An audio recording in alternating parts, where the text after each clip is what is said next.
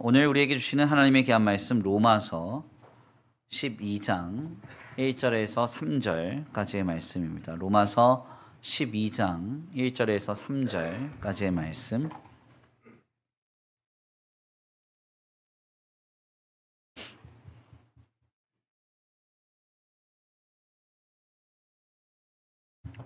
로마서 12장 1절에서 3절까지의 말씀.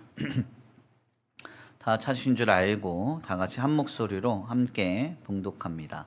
시작. 그러므로 형제들아 내가 하나님의 모든 자비하심으로 너희를 권하노니 너희 몸을 하나님이 기뻐하시는 거룩한 산 제물로 드리라. 이는 너희가 드릴 영적 예배니라. 너희는 이 세대를 본받지 말고 오직 마음을 새롭게 함으로 변화를 받아 하나님의 선하시고 기뻐하시고 온전하신 뜻이 무엇인지 분별하도록 하라. 내게 주신 은혜로 말미암아 너희 각 사람에게 말하노니 마땅히 생각할 그 이상의 생각을 품지 말고 오직 하나님께서 각 사람에게 나누어 주신 믿음의 분량대로 지혜롭게 생각하라. 아멘. 할렐루야. 아멘. 할렐루야. 아멘. 오늘도 하나님의 예비하신 귀한 은혜가 있는 줄 믿습니다. 귀한 시간 하나님의 은혜로 새롭게 되시고 하나님의 귀한 말씀 가운데 힘을 얻고 변화받는 귀한 시간 되시길 간절히 축원합니다. 우리 다 같이 믿음으로 선포하겠습니다. 다 잘 되고 있습니다. 하나님께서 하십니다. 시작. 다 잘 되고 있습니다. 하나님께서 하십니다. 아멘. 다시 한번 믿음으로 선포합니다. 이 세대를 본받지 말고 마음을 새롭게 합시다. 산 제물이 됩시다. 시작. 이 시대를 본받지 말고 마음을 새롭게 합시다. 산 제물이 됩시다. 아멘. 오늘도 거룩한 산 제물 되어 하나님 앞에 예배하러 나온 우리 성도들 모두에게 주님의 풍성한 은혜와 사랑이 더하여지시기를 간절히 축원합니다. 오늘은 귀한 시간 귀한 말씀을 통하여서 산제물이란 제목으로 하나님의 귀한 말씀 함께 나누고자 합니다. 어떤 이의 말이나 어떤 이의 글을 바르게 이해하는 것은 상당히 중요한 이야기라고 할 수 있습니다. 우리의 주변에는 누군가의 말과 글을 오해함으로써 벌어진 많은 해프닝들을 우리가 보곤 하는데요. 일전에 한번 제가 알려드렸던 많이 이야기된 유머입니다. 어느 날 한 연로하신 권사님께서 교회 모임에 참석을 하셨는데 그날따라 그분이 기분이 너무너무 좋으셨던 겁니다. 그래서 이제 모인 교회 멤버들이 물어봤어요. 권사님 왜 이렇게 오늘은 기분이 좋으세요? 이렇게 물어봤더니 그 권사님 하신 얘기가 아니 내가 교회 모임 나오려고 집을 나서는데 웬 청년이 나를 따라오면서 같이 가 처녀 그러잖아. 내 기분이 얼마나 좋았는지 몰라 이렇게 얘기를 하는 겁니다. 가만 보니까 모임에 모였던 멤버십들은 의아해요. 왜냐하면 이 권사님은 아무리 꾸며놔도 처녀가 될 리가 무방하기 때문이죠. 결국 이 모임의 멤버들은 권사님께서 일을 겪었던 거리에 나가 일의 진위를 파악하기 시작합니다. 그랬더니 어떤 진짜 청년 하나가 길거리에 서서 사람들을 쫓아다니면서 같이 가 처녀 그러고 있는 거예요. 예. 그런데 이 모임 멤버들이 가만히 가까이 가서 들어보니까 어떤 말이었냐 하냐면 같이 가 처녀가 아니라 갈치가 천원 이 이야기였다는 겁니다. 이것과 비슷한 이야기는 또 하나 있는데요. 어느 날 무더운 날에 두 청년 형제가 방에서 잠이 들었습니다. 그런데 한 형제가 일어나서 갑자기 막 소리를 지르면서 화를 내더라는 거예요. 그러면서 이렇게 말합니다. 야쿠르트 줘. 이러더니 또 자고 또 일어나서 화를 내면서 야쿠르트 줘. 그러고 또 자더라는 겁니다.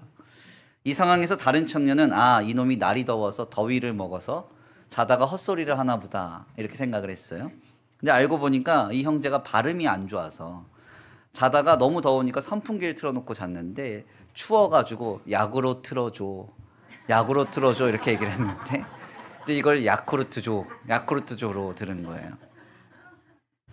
가벼운 유머인데요. 실상 우리는 편하게 말하곤 하지만 누군가는 느닷없이 우리의 말을 잘못 알아듣고 우리를 향하여 오해하는 일이 나타나곤 합니다.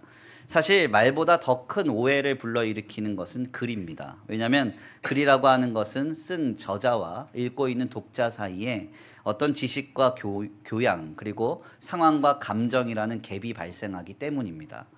그래서 가상 공간인 SNS에 글을 남기는 것이 큰 오해를 불러일으킬 수 있는 것은 모두가 그 글을 글쓴 이의 입장과는 다른 입장에서 읽어가기 때문에 그렇습니다.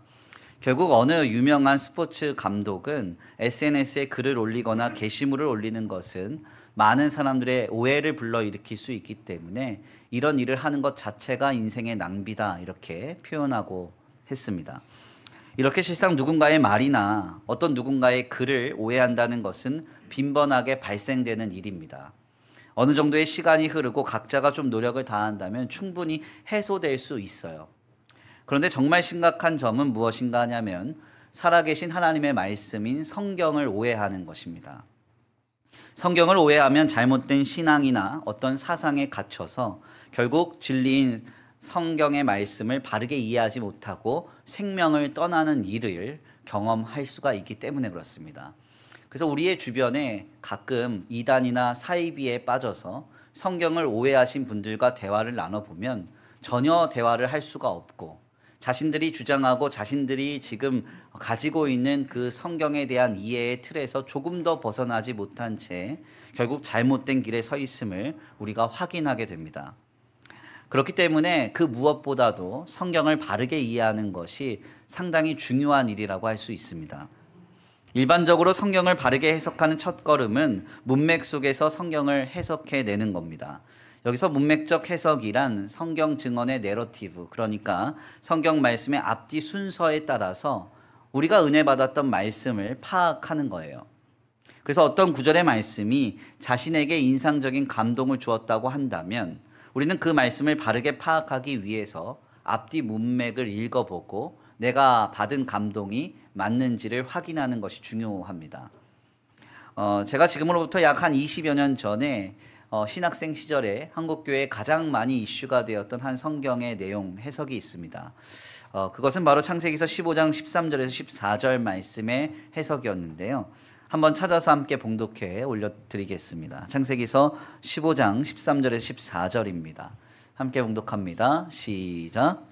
여호와께서 아브라함에게 이르시되 너는 반드시 알라 내 자손이 이방에서 객이 되어 그들을 섬기겠고 그들은 400년 동안 내 자손을 괴롭히리니 그들이 섬기는 나라를 내가 징벌할지며 그 후에 내 자손이 큰 재물을 이끌고 나오리라. 아멘. 실상 이 말씀 우리가 많이 들어봤는데요. 이 말씀을 해석함에 있어서 하나님께서 왜 아브라함에게 내 자손들이 이방에서 노예 생활을 하게 될 거다 이렇게 말씀하셨는가? 이것에 대해서 그 원인을 바로 이전 말씀인 10절에 대한 결과라고 이렇게 해석을 하는데요. 이것이 좀 굉장히 황당합니다. 10절 말씀입니다. 함께 봉독합니다. 시작. 아브라함이 그 모든 것을 가져다가 그 중간을 쪼개고 그 쪼갠 것을 마주 대하여 놓고 그 새는 쪼개지 아니하였으며. 아멘. 아멘. 창세기서 15장 10절 말씀을 보면은 아브라함은 제사를 준비하면서 모든 재물을 다 쪼개었지만 새는 쪼개지 않았다 이렇게 밝힙니다. 실상 일반적으로 요 근래 많은 성서 신학자들은 이 아브라함이 새를 쪼개지 않은 이유가 단순히 재물이 너무 작아서라고 이렇게 말합니다. 그러니까 아주 단순하고도 아무렇지도 않은 연유로 아브라함은 제사를 준비하면서 새를 쪼개지 않았던 겁니다. 그런데 본문을 오해한 사람들은 이것을 문제 삼아서요. 하나님께서 아브라함에게 그의 자손이 400년 동안 노예 생활을 하게 만드셨던 이유는 아브라함이 제사 시에 새를 쪼개지 않았기 때문이라고 본문 말씀을 해석하는 겁니다. 결국 여기에서 새, 그러니까 하나님 앞에서는 아주 작은 것까지 끝까지 충성해야 한다는 메시지가 전해집니다. 사실 들어보면은 굉장히 좀 감동도 있고 도전도 되는 내용이죠. 그래, 하나님 앞에서는 끝까지 작은 것도 끝까지 충성해야지 이런 식으로 우리가 도전을 받을 수 있겠지만 이것이 성경의 바른 해석인가를 물어보면 그것은 좀 황당하다고 할 수 있습니다. 왜냐하면 주님이 아브라함의 자손이 종되게 하신 데에는 14절 말씀 후반절의 말씀의 증언을 통해서 그 이유를 매우 분명하게 설명해 주시기 때문이죠. 창세기서 15장 14절에서 16절 말씀입니다. 우리 함께 다 같이 봉독합니다. 시작. 그들이 섬기는 나라를 내가 증벌할지며 그 후에 내 자손이 큰 재물을 이끌고 나오리라. 너는 장수하다가 평안히 조상에게로 돌아가 장사될 것이요 내 자손은 4대 만에 이 땅으로 돌아오리니 이는 아모리 족속의 죄악이 아직 가득 차지 아니함이니라 하시더니. 아멘. 말씀에 따르면 주님께서 아브라함의 자손이 400년 동안 이방 나라에서 노예 생활을 해야 되는 이유를 뭐라고 말씀하시나요? 크게 두 가지로 증거하시죠. 14절 후반절 말씀처럼 먼저는 애굽으로부터 큰 재물을 이끌고 나오게 하시기 위함이었습니다. 즉 아브라함의 자손들은 애굽에서 종살이를 430년 동안 하지만요. 겉으로 보기엔 이것은 노예 생활이고 비참한 생활인 것 같지만 사실 하나님께서는 이 애굽이라는 강성한 나라를 이스라엘 백성의 성장의 틀로 삼으신다는 거예요. 그래서 결국 이스라엘 백성들이 강성하여 그 땅을 나오게 하신다는 이야기입니다. 그러니까 이것은 하나님께서 모든 악함도 어떻게 선용하시는지, 그리고 오늘 우리에게 주님께서 하실 일들이 얼마나 위대하고 오묘한 것인지를 깨닫게 합니다. 겉으로 보기에는 노예 생활 같아도 우리는 자라고 성장하며 강성해진다는 거예요. 아멘입니까? 두 번째로 이 기간은 당시 가나안 땅에 거하던 아모리 족속, 그러니까 가나안 족속의 죄가 관영하여서 그들의 심판을 기다리는 시기이기도 했습니다.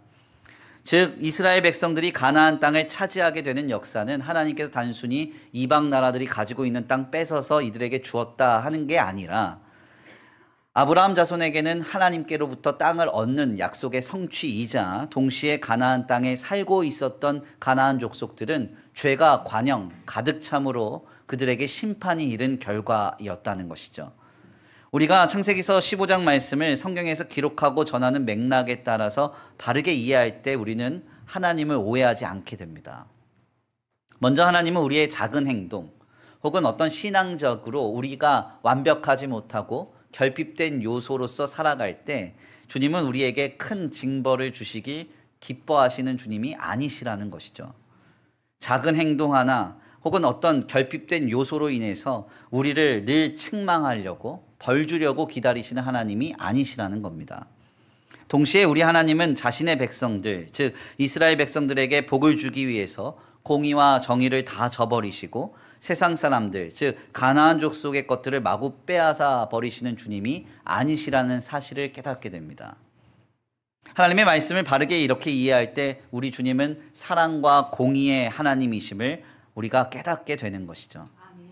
성경을 문맥적으로 잘 파악하여 읽는 것이 이렇게 중요합니다. 그래서 단지 구절을 떼어서 이해하려고 하거나 혹은 어떤 단어들을 연결해서 이해하려고 하거나 혹은 내가 가진 어떤 개념을 바탕으로 해서 성경을 이해하려고 한다면 굉장히 큰 오해와 심각한 문제를 일으킬 수 있음을 우리는 늘 주의해야 합니다. 특별히 이단과 사이비들이 성경을 해석하는 방식인 워드 플레이 혹은 워드 게임, 어떤 특정한 단어, 특정한 어떤 개념, 어떤 특정한 상황을 배경으로 해서 성경을 이해하려고 하는 그런 것들은 우리가 지양해야 하고 주의해야 함을 늘 기억할 필요가 있습니다. 오늘 본문 말씀 역시도 이런 관점에서 조금 주의가 필요한데요. 본문 말씀을 다시 한번 읽어보겠습니다. 1절에서 2절입니다. 우리 함께 다 같이 봉독합니다. 시작. 그러므로 형제들아 내가 하나님의 모든 자비하심으로 너희를 권하노니 너희 몸을 하나님이 기뻐하시는 거룩한 산 제물로 드리라. 이는 너희가 드릴 영적 예배니라. 너희는 이 세대를 본받지 말고 오직 마음을 새롭게 함으로 변화를 받아 하나님의 선하시고 기뻐하시고 온전하신 뜻이 무엇인지 분별하도록 하라. 아멘. 네. 사도 바울은 로마서 12장 말씀에 이르러서요. 오늘 우리로 하여금 이 세대를 본받지 말고 거룩한 산 제물로 살아가라고 이렇게 권면합니다. 우리가 오늘 본문 말씀을 바르게 이해하기 위해서 먼저 두 가지 중요한 개념을 정리하고 이렇게 말씀을 이해할 필요가 있는데요. 먼저는 이 세대를 본받지 않는 것은 무엇인가 하는 것이고요.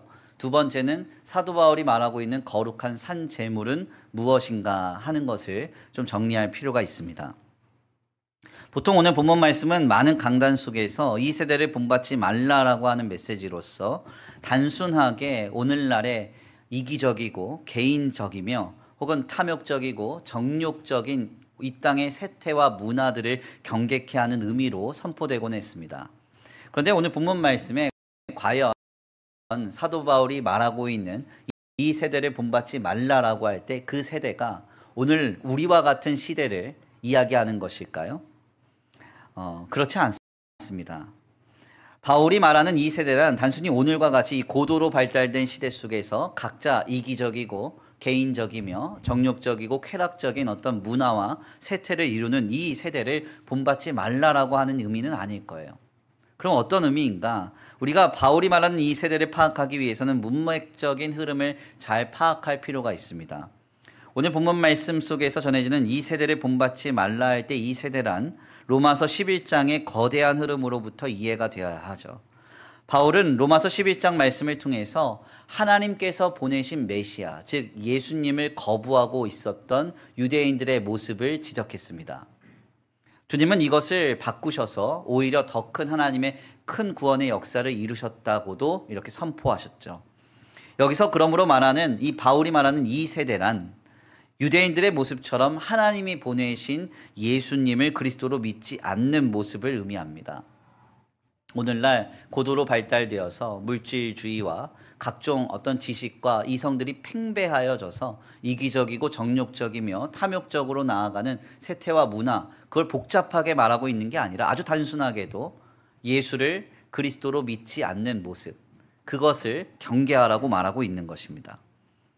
유대인들은 하나님께서 보내신 메시아를 자신의 이성과 지식에 가두었습니다. 그래서 그를 판단하고 하나님이 보내신 메시아는 저런 모습이 아닐 것이다 하여서 결국 십자가에 매달아 죽여버립니다.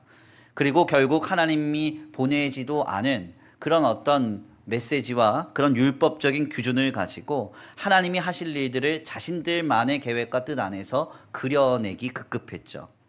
결국 바울은 3절 말씀에 연이어서 이렇게 말합니다. 생각하는 것 이상의 생각을 품지 말라. 아멘입니까?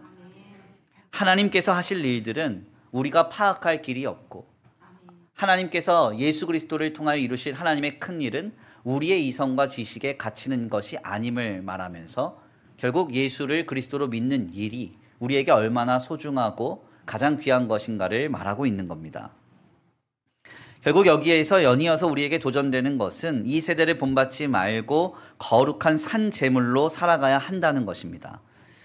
우리는 신앙생활을 하면서요, 산제물이 되라, 거룩한 산제물이 되라 하니까 그냥 그런가 보다 하고 넘어가는데 사실 이 개념을 좀 잘 이해를 해보면 도대체 이해가 되지 않는 개념이죠. 제물은 어떻게 제단에 바쳐지나요? 죽어서 바쳐지죠. 제물을 제단에 바칠 때는 완전히 죽여야 됩니다. 조금도 살아있어서는 안 되죠. 그런데 바울은 희한하게도 살아있는 제물이 돼야 된다, 이렇게 표현하고 있는 겁니다. 이는 중의적인 표현으로서 살아있지만 또한 동시에 죽은 자로 살라는 이야기를 뜻합니다. 그렇다면 우리는 무엇에 대하여 죽어야 하고 누구에 대하여 살아야 할까요? 로마서 6장 11절 말씀입니다. 우리 함께 다 같이 봉독합니다. 시작. 이와 같이 너희도 너희 자신을 죄에 대하여는 죽은 자요 그리스도 예수 안에서 하나님께 대하여는 살아있는 자로 여길지어다. 아멘. 지금 우리가 하나님 앞에서 이 세대를 본받지 않고, 그러니까 예수를 그리스도로 믿지 않는 이 세대의 모습으로부터 우리가 벗어나서, 그리고 그 흐름에 끌려 들어가지 않고 저항하면서 산제물로 살아가기 위해서 우리는 어떻게 해야 되는가? 먼저 죄에 대하여서는 죽어야 하고요, 그리스도 예수 안에서는 하나님 안에서 살아있는 자로 살아가야 됩니다. 그렇다면 먼저 죄에 대하여 죽는다는 것은 무엇을 의미할까요? 여기서 죄란 히브리 말로 헤트라는 말에서 기원되면 우리가 생각을 해볼 필요 있습니다. 하나님께로 나아가야 할 우리의 방향이 하나님으로부터 빗나갈 때 그 모든 방향의 성질과 본성, 이것이 바로 하나님 안에서 우리에게 문제가 되는 죄라고 할 수가 있습니다. 그러니까 우리의 삶이, 우리의 행동이, 우리의 생각과 말이 하나님으로부터 빗나갔다라고 하면 그건 다 죄예요. 꼭 윤리적이고 도덕적으로 사회적으로 죄를 짓지 않았다 할지라도 내가 하나님을 인정하지 않고 하나님 붙잡지 않고 하나님을 향하지 않았다고 한다면 그것은 다 죄가 됩니다. 그래서 사도 사무엘은 뭐라고 말합니까? 내가 기도를 쉬는 죄를 범치 않겠다. 이렇게 말하죠. 기도를 안 하면 경찰서에서 잡아가나요? 잡아가실 분들 너무 많은데 지금 다 잡아가야 돼. 그렇죠? 안 잡아가요. 아무 문제 없습니다. 그렇지만 하나님 앞에서는 그게 죄가 될 수 있어요. 하나님을 향하지 않고 하나님을 붙잡지 않고 하나님을 의지하지 않으면 그게 다 죄가 된다는 거죠. 이렇게 주님의 뜻과 주님이 원하시는 방향에서 우리가 벗어남을 확인할 때마다 어떻게 해야 돼요? 그것을 철저하게 죽여야 된다는 겁니다. 죽인다는 건 뭐예요? 소멸시킨다는 거예요. 끊어낸다는 것이고 뽑아낸다는 것입니다. 하나님을 향하여야 우리의 마음이 자꾸 하나님이 기뻐하시지 않는 것에 향하여질 때 그걸 뽑아내야 돼요. 주님이 원하시지 않는 말을 할 때 그 말을 뽑아내야 돼요. 주님이 원하시지 않는 삶의 자리에 우리의 하나님 안에서 어떤 삶의 자리에 열매들이 나타날 때 그것을 발견할 때마다 그것을 소멸시켜야 한다는 것이죠. 여기서 중요한 점은 어설프게 죽여서는 안 된다는 겁니다. 어떻게 해야 돼요? 확실하게 죽여야 돼요. 죄에 대해서는 확실하게. 성경을 읽다 보면 레위기서 읽는 게 어렵다고 많이 말씀하시죠. 그런데 사실 이제 레위기서는 그렇게 어려운 건 아닙니다. 보통 이제 창세기서 재밌게 읽고 출애굽기 읽고 그다음에 한 중반부터 나오는 출애굽기 성막 나오면 이거 뭐야 막 이렇게 하다가 읽다가 이제 레위기 나오면 덮어버려요. 너무 힘들다 이러면서. 근데 사실 우리가 성경의 또 간지를 통해서 안내를 드렸지만 레위기서는 그렇게 어려운 이야기를 하고 있는 게 아닙니다. 성결한 제사. 그래서 성결한 하나님이 받으시는 제사는 성결한 제사의 과정을 밟은 것이 하나님 받으시는 거고 성결한 제물, 성결한 제사장이 필요하다는 이야기를 담고 있는 거예요. 아멘입니까? 특별히 이 제사에 있어서 가장 중요한 제물의 규정은 바로 제물이 완전히 죽어져야 한다는 겁니다. 5단계로 제물을 확실하게 죽이죠. 숨을 끊고 그 다음에 피를 다 빼고 내장을 다 꺼낸 다음에 가죽을 벗기고 각을 뜹니다. 그래서 짐승이 완전히 죽은 것이 확인이 되면 어떻게 해요? 그걸 제단에 올리죠. 근데 만약 인턴 제사장이 와가지고 짐승 각 뜨다가 제대로 안 뜬 상태에서 그냥 올렸어요. 어설프게. 그러면 어떤 일이 벌어져요? 그 제사는 주님이 받지도 않지만 짐승이 뜀으로 제단이 망가지겠죠. 제가 여러 번 이제 말씀드렸던 이야기지만 우리 주변에 보면은 닭을 못 드시는 분 계세요. 치킨 못 드시는 분. 왜 그러냐면 이제 닭 트라우마가 있어서 그렇습니다. 어린 시절에 뭔가 닭과 좋지 않은 어떤 추억을 쌓으신 거예요. 그러니까 닭만 보면은 이제 싫은 거죠. 제가 요 근래 이제 닭 나르느라 정신이 없었잖아요. 닭 트라우마가 생기기 직전이에요. 눈앞에서 막 3,000마리씩 쏟아지니까. 옮겨도 막 끝이 없고. 그래서 뭐 열심히 나르고 있는데 근데 아무튼 그래도 아직까지는 좋아서 잘 먹고 있습니다. 저는 치킨을. 근데 대표적으로 어린 시절에 닭과 별로 이렇게 좋지 않은 경험을 쌓은 이야기를 들어보면 보통은 이제 어린 시절에 엄마 아빠 따라서 이제 시장 가셨다가 닭 잡는 거 보고 잘못 보고 놀래가지고 그때부터 닭 안 드시는 거죠. 닭을 어떻게 잡아요 보통? 목을 탁 쳐가지고 잡잖아요. 근데 이제 목을 탁 치다가 어설프게 잡으면 그 닭을 치다가 놓친다고요. 그러면 이 닭이 목이 부러진 상태로 날아다니기 시작하는데 그거 보면 이제 기가 막힌 거예요. 그러면서 그때는 이제 닭에 대한 어떤 트라우마가 심한 거죠. 그리고 또 어떤 경우에는 이제 그 털 뽑는 기계에 닭을 넣잖아요. 닭을 다 목을 치고 피를 뺀 다음에. 근데 이제 가끔 어설픈 분들은 뭘 몰라가지고 살아있는 닭을 걷다 댄다. 그럼 털이 뽑히다가 애가 튀어나온다.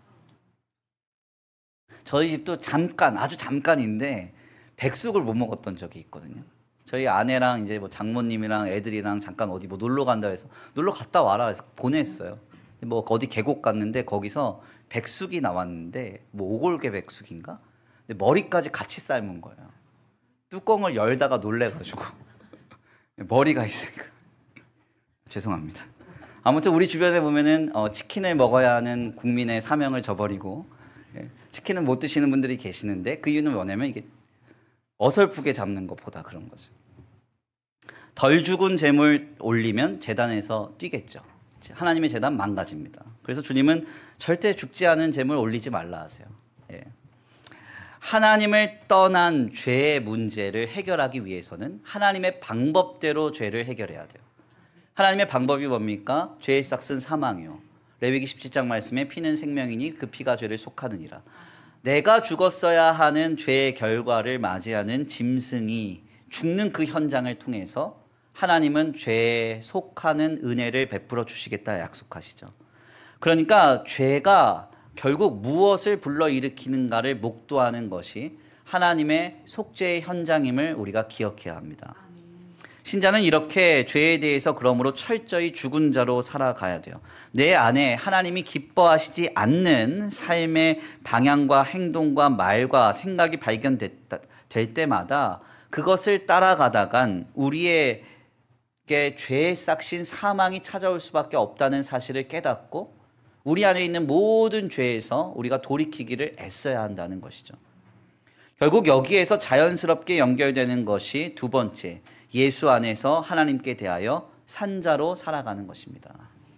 성경을 보니까 그리스도 예수 안에서 하나님께 대하여 산자로 살아가라 그랬어요.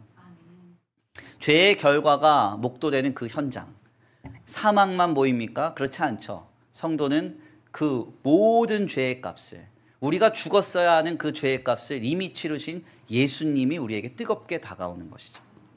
내 안에 하나님을 떠난 방향성인 죄에 대해서 예민하고 민감하게 느끼면서 그 죄를 죽이며 그래 저 죄 따라가다간 죽을 수밖에 없어 하는 마음이 우리에게 찾아오는 순간 누가 보여요?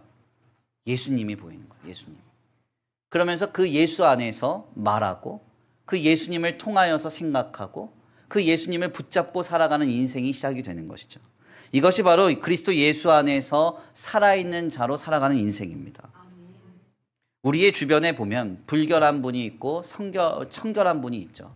불결한 분들은 뭐 이렇게 아무리 뭐 지저분해도 그걸 인식을 못 하잖아요. 근데 만약에 내가 너무 사랑하는 사람이 생겼습니다. 근데 그분은 너무 청결한 사람이에요. 그러면 막 덕지덕지 더러운 거 묻혀서 그 사람 만나나요? 만나나요? 만나지 않죠. 어떻게 합니까? 늘 돌아보고 늘 깨끗하고 냄새가 나는지 안 나는지 뭐 묻었는지 안 묻었는지 늘 돌아볼 거 아니에요? 우리 예수님이 우리의 죄값을 지고 우리 가운데 함께하고 계십니다. 그분은 그림자도 없으신 분이잖아요. 죄와는 상관도 없는 분이잖아요. 그분과 함께하는 인생이라면 어떻게 될까요? 시시각각 자기 주변을 돌아보고 정돈하고 죄를 죽이며 살아가는 삶을 도모하겠죠. 그래서 요한계시록 말씀에서는 이것을 불의를 행하는 자는 그대로 불의를 행하고 더러운 자는 그대로 더럽고 의를 행하는 자는 그대로 의를 행하고 거룩한 자는 그대로 거룩하게 된다고 증언합니다. 아멘입니까? 성도는 항상 예수님과 함께 살아가는 방향 안에서 살아있는 자로 살아가야 된다는 것이죠. 그런데 여기서도 중요한 점은 살려면 확실히 살아야 된다는 거예요. 이게 살았는지 죽었는지 애매하면 안 된다는 거죠. 예. 가끔 이제 바다에 나가서 광어 낚시하시는 분들을 보면요, 고생해서 바다에 가서 광어를 낚습니다. 그런데 느닷없이 배 밑창이 얼룩덜룩한 광어가 낚이는 거예요. 예. 이게 무슨 말인가 잘 모르시는 텐데 아시는 분들은 알아요. 자연산 광어는 배가 하얗습니다. 예. 그런데 양식 광어는 어떠냐면 배가 얼룩덜룩해요. 근데 분명히 바다에서 막 씨름을 해가지고 광어를 낚았는데 배가 얼룩덜룩한 거예요. 그럼 이건 자연산이에요? 양식이에요? 대답해 보세요, 빨리. 예, 이걸 낚시 전문 용어로 탈광이라고 해요. 탈광. 양식장에서 탈출한 광어를 잡은 거예요. 바다에서 고생해서 잡았지만 이 광어는 자연산으로 쳐줘요, 안 쳐줘요? 안 쳐줘요. 네. 무슨 말씀 드리려고 하냐면 살려면 제대로 살아야지 어설프게 살면 안 된다는 거예요. 이게 맞는 비유인지는 모르겠어요. 아무튼 교회 안에선 성도인데요, 교회 바깥에 나가는 순간 평판이 달라지는 사람들이 있어요. 네. 교회 안에서는 직분자인데 교회 바깥에 나가는 순간 예수 믿었어? 이 정도로 삶을 평가받는 분들이 있어요. 이것은 사실은 살아있는 자가 아니죠. 교회는 나왔지만 그리스도 예수 안에서 살아있는 자는 아니에요. 요한계시록 말씀처럼 차든지 더없든지 해야 됩니다. 애매하면 주님이 토하여 내친다 그랬어요. 어떻게 해야 됩니까? 이왕 신앙생활 하는 것, 확실하게 예수 그리스도 안에서 하나님께 대하여서는 산자로 살아가야 됩니다. 내 안에 죄가 발견될 때마다 예수님을 떠올리세요. 그리고 예수님을 통하여 말하고 예수님을 통하여 생각하고 예수님을 통하여 결정하고 행동해 보십시오. 우리의 삶이 달라진다는 거예요. 거룩한 산재물 되어 하나님께서 이뤄가신 역사에 참여하게 된다는 것이죠. 문제는 이렇게 우리가 죄에 대해서 확실하게 죽고 하나님 안에서 확실하게 살아가기가 쉽지 않다는 것입니다. 이것은 누군가의 이야기가 아니에요. 누구 고발하려고 이런 얘기하는 게 아니라 다 제 얘기입니다. 제가 종종 간증 많이 드리잖아요. 교회 안에서 이런저런 일이 많거든요. 그 일에 대처할 때마다 한없이 연약함을 느끼고 한없이 부족함을 느껴요. 특별히 교회 안에서 뭐가 고장이 나서 뭐 수리를 의뢰할 때 상담원과 싸우는 일이 많습니다. 그럼 제가 그때 성도들에게 화 못 낸 거 다 화내거든요. 한참 막 화내요. 그러다가 이제 상담원이 오겠다 하죠. 이제 그게 좀 어렵잖아요. 우리나라는 목소리가 커야지 빨리빨리 일이 처리가 되잖아요. 그래서 이제 잘 걸렸다. 어제 그 집사님한테 스트레스 받은 거 풀어야지. 그런 건 아닙니다. 하여튼 뭐 그런 식으로 간 것 같아요. 그러다가 막 하다가 이제 상담원이 나중에 그래요. 알겠습니다. 수원 천성교회님 언제까지 가면 됩니까? 그러면 이제 마음이 내가 잘못했구나. 이런 모습이 뭐 한두 번이 아니에요. 목사라는 직분이 저에 대해서 죄에 대하여서는 죽고 그리스도 안에서 하나님께 대하여 살게 해주느냐? 천만에요. 아닙니다. 제 노력과 의지와 신학 공부, 성경 공부가 저로 하여금 산재물 되게 하느냐? 그거 아닙니다. 어떻게 우리가 이런 삶을 살아갈 수 있을까요? 죄에 대하여서는 죽은 자처럼 살고 예수 안에서 하나님께 대하여서는 산자로 사는 것, 이것은 내 힘으로 할 수 없습니다. 주님이 도와주셔야 돼요. 주님만이 가능하신 거예요. 진리인 기독신앙에 있어서 독특한 특징 하나가 있는데요. 그것은 바로 성경 교리의 이중적 표현은 다 신비를 다룬다는 겁니다. 예를 들면 삼위일체 교리가 있습니다. 하나님은 한 분이십니까? 아니면 두 분이십니까? 네, 하나님은 한 분이시자 동시에 세 분이시죠. 아멘입니까? 그렇다면 우리 예수님은 참 하나님이신가요? 참 인간이신가요?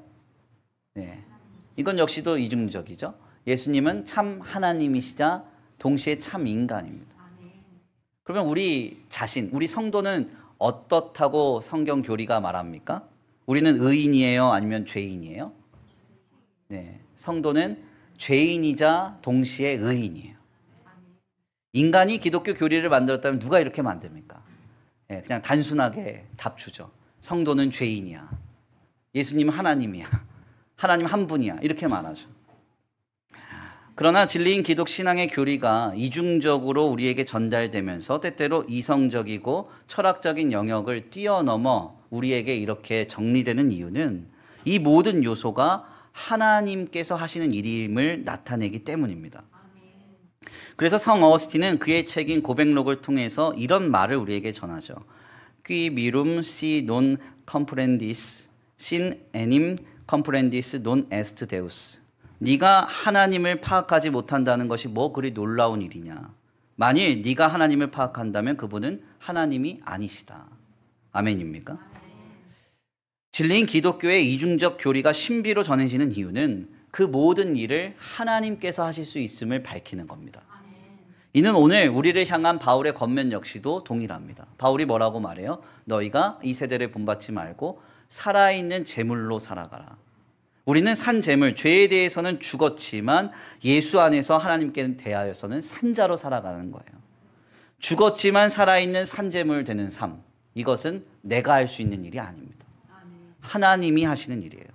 오직 주님의 도우심을 힘입어서야만 가능한 일이라는 것입니다. 어떻게 해야 돼요? 하나님께 간절한 마음으로 주님 산재물 되기 원합니다. 나를 도와주옵소서. 죄가 깨달아질 때마다 하나님 이 죄를 끊어주옵소서. 내가 끊을 수 없습니다. 나를 도와주옵소서. 하나님께 대하여 내가 산자로 살아가기 원합니다. 압도적인 힘과 능력과 은혜 주셔서 하나님께 대하여 예수님 붙잡고 살아가는 삶 감당케 하여 주옵소서. 그렇게 주님을 바라야 된다는 거예요. 그래서 존 웨이는 그의 책인 죄죽임이라는 책을 통해서 이런 말을 우리에게 전합니다. 제가 한번 읽어드릴게요. 제가 지금까지 우리의 의무로 설명해 온 죄를 죽이는 일은 모든 부분과 과정이 성령의 능력으로 말미암아 일어나고 수행되며 성취된다는 것입니다. 다시 한번 읽어드릴까요? 제가 지금까지 우리의 의무로 설명해 온 죄를 죽이는 일은 모든 부분과 모든 과정이 성령의 능력으로 말미암아 일어나고 수행되며 성취된다는 거예요. 내 힘으로 되는 게 아니라는 겁니다. 죄가 깨달아질 때마다 잠잠히 주님을 붙잡아야 돼요. 주님을 의지해야 됩니다. 간절한 마음으로 하나님께 대하여는 산자로 살아가기를 결단하며 주님을 의지해야 된다는 거죠. 주님이 힘주셔야 우리가 거룩한 산재물 될 수 있습니다. 저는 오늘 주일 말씀 준비하면서 정말 많이 깨졌습니다. 사실 저는 지난 이제 13년여간 목회를 좀 감당해 오면서 제가 가장 많이 몰입하고 집중했던 일은 설교 사역이었습니다. 그래서 저의 일주일은 그냥 설교를 쓰는 일에 완전히 몰입해요. 모든 초점이 다 이 주일 설교를 준비하는 데 있습니다. 제가 2012년 3월에 우리 교회에 와서 사역을 시작했으니까요. 벌써 이제 만 12년 지났고 이제 13년 차로 접어드는 거예요. 그래서 늘 뭔가를 경험하면 이거는 설교 때 내가 우리 성도들과 함께 나눠야지 이런 생각밖에 없고, 뭘 읽고 뭔가 좋으면 이거는 내가 말씀 해석할 때 성도들하고 나눠야지 이런 즐거움으로 늘 사는데, 근데 가만 보니까 우리 성도들이요, 처음에 이제 설교를 딱 들어보면, 우리 교회 오셔서 설교를 들으면 목사님 젊은데 말씀 잘하시네 이렇게 얘기도 하시고, 뭔가 신선하다, 예화가 겹치지 않아서 좋다, 뭐 다양한 이야기를 좀 하시다가 어느 순간 이 변화의 벽이 딱 보여요. 변화가 안 되는 거예요. 뭔가 막혀 있습니다. 제가 이런 것을 목도하면서 좀 마음이 어렵죠. 담임 목회라는 입장에서 우리 성도들이 더 성장하고 하나님 앞에 더 이루어져 가야 되는데 어떻게 할 수 있을까? 늘 고민거리가 돼요. 그런데 제가 함께 교제하는 목사님들과 이런저런 기도 제목 나누고 함께 공부하다가 마틴 로이드 존스 목사님의 글을 읽으면서 제가 완전히 깨졌습니다. 마틴 로이드 존스 목사님이 이런 이야기를 하셨어요. 제가 한번 읽어드릴게요. 설교의 목표는 하나님의 임재를 전달함에 있다. 설교자가 먼저 하나님의 임재를 경험하지 않으면 주님은 인격을 통해 자신의 감동을 전달하시기에 성도들에게 하나님의 임재는 전달될 수 없다. 설교의 목적이 종교적 지식이나 교의적 정확성을 전달하는 데 있어서는 안 된다. 제가 이 말에 완전히 깨진 거예요. 우리 성도들이 하나님의 임재를 경험하기 위해 예배당에 왔고 설교는 도구일 뿐인 거죠. 주님의 임재를 경험하는 도구. 근데 저는 어떻게 하면 말씀을 기가 막히게 전할 수 있을까? 설교를 어떻게 하면 잘 전할 수 있을까? 그래서 제가 사실은 설교를 작성하면서 막 단어도 막 자주 교체하거든요. 그래서 윗줄에는 이것에 대해서 생각한다 이렇게 적었다가, 밑에는 숙고한다 적었다가, 아래는 상고한다 적었다가, 그러면서 혼자 막 너무 감격해요. 이렇게 설교문을 잘 썼다니. 혼자 좋아요, 혼자. 근데 여기서 완전히 깨진 거죠. 이게 아닌 거예요. 하나님 안에서 우리가 주님을 만나는 시간, 주님을 경험하는 시간, 이 예배가 회복되어야 된다는 것이죠. 제가 말씀을 잘 설명하고 교리로 성도들을 설득해서 성도들이 산재물 될 수 없는 거죠. 산재물은 말 그대로, 개념 그 자체 그대로 신비입니다. 주님이 이뤄가시는 신비라는 거예요. 오늘 이 주일 아침에 거부할 수 없는 하나님의 은혜가 우리를 충만케 하기 간절히 축원합니다. 그래서 우리 안에 있는 죄에 대해서는 죽어지고 그리스도 예수 안에서 하나님께 대하여는 산자로 세워져가는 은혜가 있게 되길 간절히 축원합니다.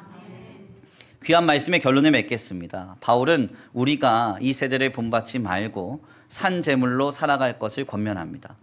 여기서 말하는 이 세대란 예수 그리스도를 통하여 우리를 구원하신 하나님을 저버리고 자기 안에 있는 죄대로 살아가는 인생을 의미합니다. 우리는 산 제물, 죄에 대하여서는 철저히 죽은 자요, 하나님께 대하여서는 철저히 살아있는 자로 살아가야 합니다. 어떻게 이 삶을 감당할 수 있나요? 내 힘으로는 안 돼요. 내 안에 주님이 이루셔야 됩니다. 성령 하나님이 도와주셔야 하는 것입니다. 다 같이 한번 우리 간구하며 고백해 볼까요? 주님이 하셔야 산재물 됩니다. 시작. 주님이 하셔야 산재물 됩니다. 다시 한번 고백합니다. 성령 하나님께서 도와주셔야 산재물로 살아갑니다. 시작. 성령 하나님께서 도와주셔야 산재물로 살아갑니다. 아멘. 지금 오늘 이 주일 아침에 거부할 수 없는 압도적인 하나님의 은혜가 임하여서 주님의 임재하심을 경험하길 간절히 축원합니다. 그래서 우리 안에 나도 모르는 사이에 틀어져 있었던 하나님과의 관계와 방향과 본성이 깨달아지고 우리의 심령과 삶이 예수 안에서 새롭게 되는 은혜가 있게 되기를 간절히 축원합니다. 우리 이 시간 귀한 말씀 붙잡고 함께 기도하겠습니다. 찬양의 가사를 생각하시면서 고백하겠는데요. 오소서 진리의 성령님, 이 땅 흔들며 임하소서. 오소서 은혜의 성령님, 하늘 가르고 임하소서. 우리의 가슴을 정케하시고 거짓과 탐욕으로 물들어가고 있는 이 땅을 새롭게 하소서. 예수 그리스도를 믿고 의지하며 주님만을 신앙하는 것을 만우리 여기는 이 땅의 시류에 우리가 몸담지 않기를 원합니다. 오직 그리스도 예수 안에서 살아있는 자로 오늘을 살아가기를 원합니다. 우리 다 같이 귀한 말씀 붙잡고 함께 찬양으로 결단하시고 기도하며 나아가겠습니다. 오소서 진리의 성령님, 이 땅 흔들며 임하소서. 이 땅 흔들며 임하소서. 아멘. 거짓과 탐욕 죄악에 무너진 우리 가슴 정케하소서. 우리 가슴 정케하소서. 오소서 은혜의 성령님, 오소서 은혜의 성령, 하늘 가르고 임하소서. 하늘 가르고 임하소서. 아멘. 거룩한 불꽃 하늘로서 임하사 타오르게 하소서. 주 영광 위에 다시 한번 고백합니다. 오소서 진리 성령님, 오소서 진리의 성령님, 주님 우리에게 찾아와 주시옵소서. 이 땅 흔들며 임하소서. 아멘 아멘. 거짓과 탐욕 죄악에 무너진 우리 가슴 정케하소서. 주님이 하십니다. 주님이 하십니다. 오소서 은혜의 성령님, 하늘 가르고 임하소서. 하늘 가르고 임하소서. 아멘 아멘. 거룩한 불꽃 하늘로서 임하사 타오르게 하소서. 주 영광 위에 흥의 불길 타오르게 하소서. 흥의 불길 타오르게 하소서. 진리의 말씀 이 땅 새롭게 하소서. 아멘. 은혜의 강물 흐르게 하소서. 성령의 바람 이 땅 가득 불어와 흰 옷 입은 주의 순결한 백성, 주의 영광 위에 이제 일어나. 아멘 아멘. 열방이 시유하며 행진하는 영광의 그날이 주소서. 다시 한번 고백합니다. 오소서 진리의 성령님, 오소서 진리의 주님이 오셔야 하실 수 있습니다. 이 땅 흔들며 임하소서.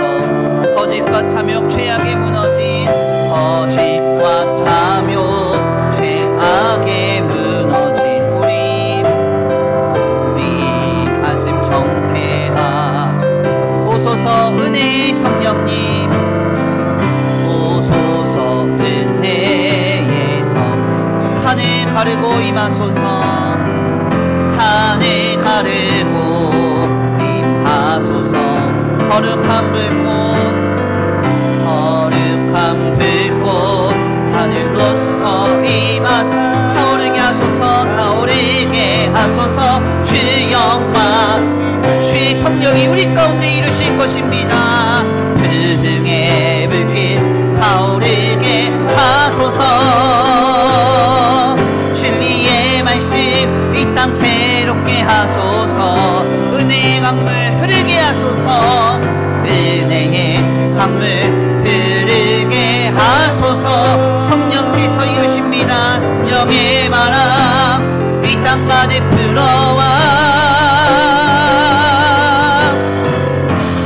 빈 옷 입은 주의 순결한 백성 주의 영광 위에 이제 일어나. 아멘 아멘. 열방을 위하며 행진하는 영광의 그날이 주소서. 아멘. 우리 이 시간 함께 기도하기 원합니다. 하나님, 그렇습니다. 성령의 압도적인 은혜가 나를 사로잡을 때 우리가 하나님의 임재하심을 느끼고 하나님 안에서 벗어나고 빗나가고 있는 우리의 심령과 삶의 방향과 초점을 깨닫게 될 줄 믿습니다. 성령이여, 이 시간 우리를 사로잡아 주옵소서. 하나님, 우리 가운데 지금 역사하여 주옵소서. 하나님께로부터 빗나가고 있는, 벗어나고 있는 우리 안의 문제는 무엇입니까? 주님, 그것이 해결되기 원합니다. 그것이 이 시간 깨달아지기 원합니다. 그 죄가 죽어지기 원합니다. 우리 다 같이 귀한 말씀 붙잡고 하나님 앞에 간구하고 결단하시면서 함께 기도하며 나아가겠습니다. 잠시 기도합니다. 사랑과 은혜가 많으신 하나님, 감사합니다. 오늘 귀한 시간, 귀한 자리로 주님 앞에 나와 하나님 앞에 아버지 결단하며 나아갑니다. 주님, 내 안에 오셔서 지금 내게 아버지 문제되고 있는 모든 죄악의 문제가 보여지게 하시고 들려지게 하시고 깨달아지게 하여 주시옵소서. 발견되게 하여 주시옵소서. 주님, 아버지 죄를 뽑아내며 끊어내며 아버지 소멸하며 죽여낼 수 있는 우리 인생이 되기를 원합니다. 주님, 나의 마음과 나의 생각을 주관하셔서 나도 모르는 사이에 자리 잡고 있는, 나도 모르는 사이에 이미 자리를 잡아버린 아버지 죄된 모든 문제들이 이 시간 해결되기 원합니다. 하나님을 찾지 않고 하나님을 구하지 않고 주님을 향하지 않았던 우리의 삶의 문제가, 우리 심령의 문제가 이 시간 해결되기 원합니다. 주님, 그것이 소멸되고 끊어지기 원합니다. 죄악된 시류에 휩쓸려 나도 모르는 사이에 끌려가고 있었다고 한다면 성령이여, 말할 수 없는 탄식으로 우리의 마음에 감동하사 깨닫게 하시고 주여 보게 하시고 듣게 하시고 느끼게 하셔서 죄가 철저히 죽어지기 원합니다. 죄가 철저히 죽어지기 원합니다. 죄가 철저히 죽어지기 원합니다. 내가 할 수 있는 것이 아니고 하나님께서 하시는 일입니다. 주님, 주님 역사하여 주옵소서. 주님 인도하여 주옵소서. 주님 함께하여 주옵소서. 도우실 줄 믿습니다. 역사하실 줄 믿습니다. 인도하실 줄 믿습니다. 나의 마음과 나의 생각을 주관하시고 주님 다스려 주시옵소서. 나도 모르는 사이에 하나님이 기뻐하시지 않는 말을 하고 나도 모르는 사이에 하나님이 기뻐하시지 않는 방향에 있어서 행동하고 주님이 원하시지 않는 아버지 삶의 바탕을 잃어갔던 우리의 행실과 우리의 판단과 우리의 결정이 있었다고 한다면 이 시간 깨달아지기 원합니다. 깨달아지기 원합니다. 깨달아지기 원합니다. 주님, 죄 가운데 깨닫고 돌이켜 아버지 죄에 대하여서는 죽은 자로 살아가기 원합니다. 죄에 대해서는 죽은 자로 살아가기 원합니다. 죄에 대해서는 철저히 죽어지기 원합니다. 주님, 예수를 그리스도로 삼아 하나님께 대하여 산자로 살아갈 수 있는 우리의 믿음대로 죄가 깨달아지게 하시고 보여지게 하시고 발견되게 하시고 느껴지게 하여 주시옵소서. 도우실 믿습니다. 인도하실 줄 믿습니다. 오 하나님 함께 하시고 역사하여 주시옵소서. 인도하여 주시옵소서. 우리의 마음과 우리의 생각을 주장하셔서 거부할 수 없는 압도적인 성령의 은혜와 하나님의 인자하심이 우리를 사로잡아 죄로 대하여 죽어지는 역사가 있게 하여 주옵소서. 등의 불길 타오르게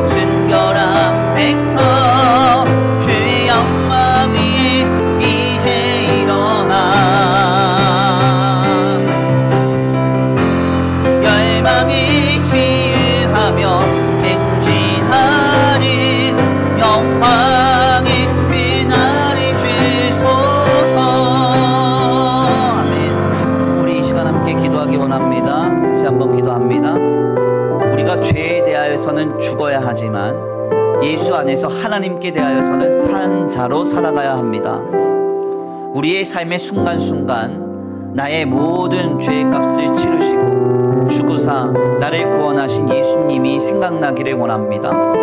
예수님을 통하여 말하고 예수님을 통하여 행동하고 예수님을 통하여 아버지 생각하고 결정하는 우리의 믿음이 되기를 원합니다. 주님, 그리스도 예수 안에서 살아있는 자로 살아가게 하여 주시옵소서. 우리 다 같이 이 시간 결단하며 주님, 인생의 모든 순간에 순간순간 찰나의 순간에 예수님이 생각나는 일, 내 힘으로 되는 거 아닙니다. 내 의지와 노력과 감동으로 되는 거 아닙니다. 성령께서 도와주셔야 됩니다. 하나님께서 내 안에 이뤄주셔야 됩니다. 우리 다 같이 결단하시면서 함께 간구하시면서 기도하며 나아가겠습니다. 기도합니다. 사랑과 은혜가 많으신 하나님 감사합니다. 오늘 귀한 시간 귀한 자리로 주님 앞에 나와 하나님 앞에 간구하며 소원하며 나아갑니다. 우리 인생의 모든 순간순간에 예수님이 생각나고 예수님이 느껴지고 아버지 주님이 경험되기를 원합니다. 나를 위하여 모든 죄의 값을 치르시고 죽으사 완전히 죽으사 내 아버지 모든 죄의 싹신 사망을 하나님 안에서 구원의 결과인 영원한 생명으로 바꾸신 주님, 그 주님을 통하여 말하고 그 주님을 통하여 행동하고 그 예수님을 통하여 결정하고 판단하며 아버지 주여 생각할 수 있는 우리의 믿음이 되기를 원합니다. 주님, 우리의 마음과 우리의 생각을 주장하여 주옵소서. 이 일이 내 힘으로 안 됩니다. 내 의지로 안 됩니다. 내가 갖고 있는 내 경험으로 안 됩니다. 우리 신앙의 연조나 우리 신앙의 직분이 이것을 보증해 주지 않습니다. 오직 성령 하나님께서 내 안에 감화 감동하시고 주님이 내 안에 이루어가시는 역사인 줄 믿습니다. 주여, 아버지 인생의 모든 순간에 예수님 생각날 수 있도록 지금 내 마음에 감동 주소서. 지금 내 마음을 새롭게 하소서. 주여 주여 주여, 아버지 우리 인생의 모든 찰나에 우리 예수님이 생각나 말하고 우리 예수님이 생각나 행동하고 우리 예수님이 생각나 결정하고 판단하며 아버지 우리 삶에 생각할 수 있는 그 믿음이 내 안에 생겨나기 원합니다. 주여 주여 주여, 아버지 내 안에 거룩한 산재물 되는 역사를 이루어 주시옵소서. 사람이 할 수 없습니다. 물질로 되는 건 아닙니다. 의지와 노력으로 되는 건 아닙니다. 오직 하나님께서 내 안에 신비로 이뤄가실 줄 믿사오니 그 역사를 사모합니다. 그 역사를 기다립니다. 그 역사를 주님 안에서 간구합니다. 주님, 내 마음과 내 생각과 아버지 주여 내 중심을 변화시켜 주옵소서. 성령이여, 거부할 수 없는 압도적인 은혜로, 거부할 수 없는 압도적인 능력으로, 거부할 수 없는 성령의 감화 감동으로 우리 가운데 지금 일하여 주시옵소서. 지금 일하여 주시옵소서. 지금 일하여 주옵소서. 지금 역사하여 주시옵소서. 흥의 불길 타오르게 하소서. 진리의 말씀 이 땅 새롭게 하소서. 은혜의 강물 흐르게 하소서. 성령의 바람 이 땅 가득 불어와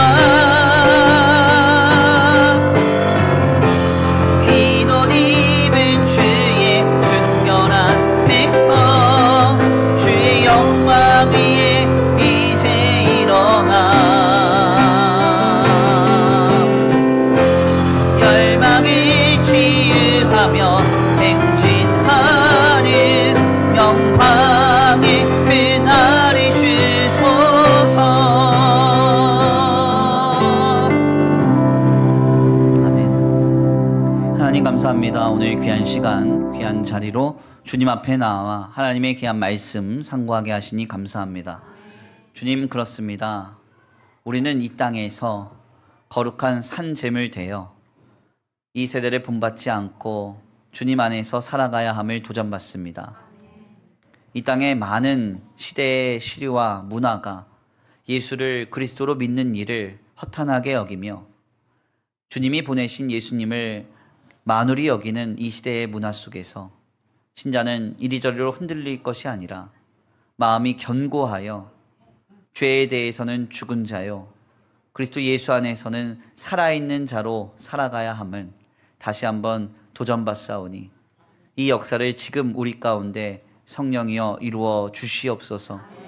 주님, 죄가 발견되는 은혜가 있게 되길 원합니다. 나도 모르는 사이에 틀어져 버린 하나님을 향한 우리의 방향이 있다면 깨달아지게 하시고, 나도 모르는 사이에 우리의 삶의 자리에 결실하고 자리 잡아버린 죄의 열매들이 있다면 이 시간 발견되게 하시고 감각되게 하여 주셔서 죄에 대해서는 철저히 죽은 자요 예수 안에서 하나님께 대하여서는 철저히 살아있는 자로 살아갈 수 있도록 주님 우리의 마음과 생각을 지켜 보호하여 주시옵소서. 이 시간 하나님 앞에 나와 예배하고 돌아가는 발걸음 안전히 거하게 하시고 한 주간의 삶을 주님 앞에 의탁합니다. 주님, 한 주간의 모든 순간순간 우리의 영과 육과 혼을 눈과 같이 지켜 보호하사 그 어떤 악한 것도 결단코 틈타지 않게 하여 주시옵시고 한 주간의 삶이 거룩한 산재물 되어 예수님과 함께 살아가는 한 주간이 되어서 주님이 보시기에 기뻐하시며 주님이 보시기에 아름다운 한 주간의 삶이 되도록 주님 인도하여 주시옵소서. 이 시간 주님 앞에 귀한 예물 올려드립니다. 이 예물이 쓰여지는 곳곳마다 영혼과 생명이 살아나게 하시고 하나님의 나라와 주님의 복음을 위하여 쓰임받는 거룩한 예물 되게 하여 주시옵시되 드려진 손길 위에 복의 복을 더하사 하늘의 신령한 복과 땅의 기름진 복으로 차고 흔들어 넘치도록 주님 채워 주시옵소서. 도우실 줄 믿고 감사함 올려드리오며 사랑과 은혜가 많으신 우리 구주 예수 그리스도의 이름으로 감사하며 기도 올려드립니다. 아멘. 이제는 우리 주 예수 그리스도의 은혜와 성부 하나님의 극진하신 사랑하심과 성령 하나님의 내주 교통하심이 오늘 귀한 말씀 가운데 깨닫고 거룩한 산 제물로 살아가기로 결단하는 모든 성도들 머리머리 위에 이제로부터 영원토록 함께 있을지어다.